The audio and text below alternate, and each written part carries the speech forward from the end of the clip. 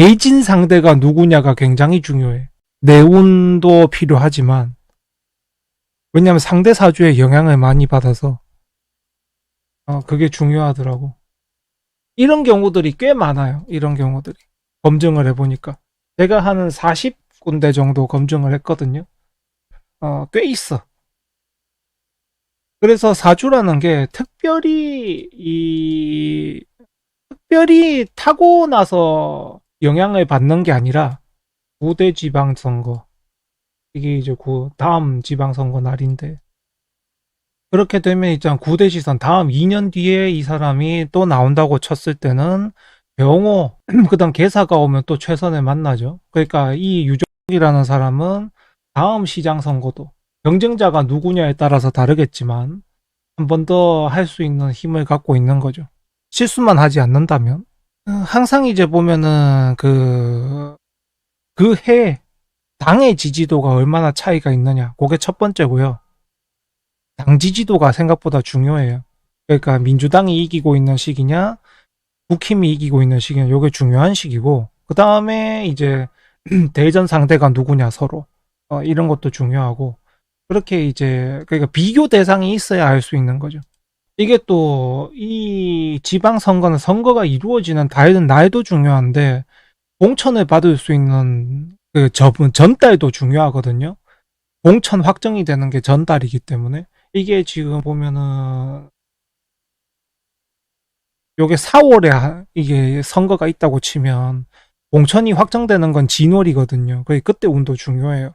왜냐면 내가 공천을 받아야 선거에 나올 수 있잖아요. 그죠? 그것도 중요한 거지. 두 달이 중요해요. 진 4월.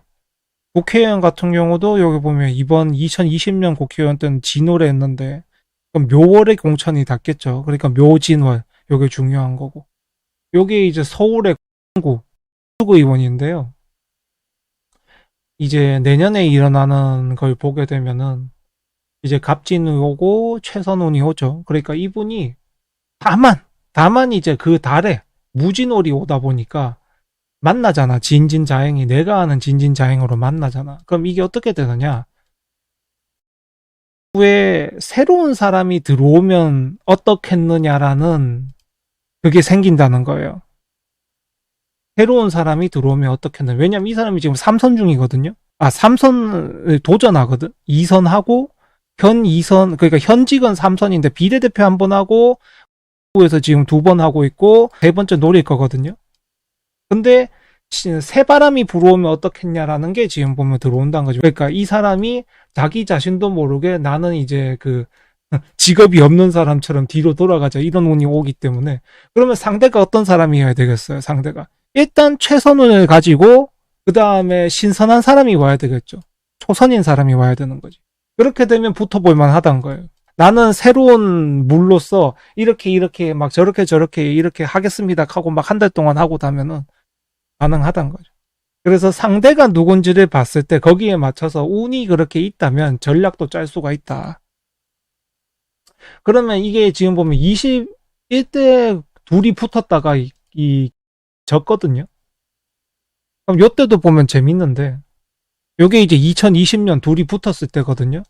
경자년이잖아. 경자년이 왔는데 보면 아무도 안 만났어요. 여기도 최선 차선도 없고 여기도 최선 차선도 없고 그 다음에 경진월 그 해 월이 왔는데도 없어요. 보면 그 달에 축진파가 일어나니까 다만 이제 좋았던 건 선거 당일날 당일운이 차이를 갈랐죠. 당일운이.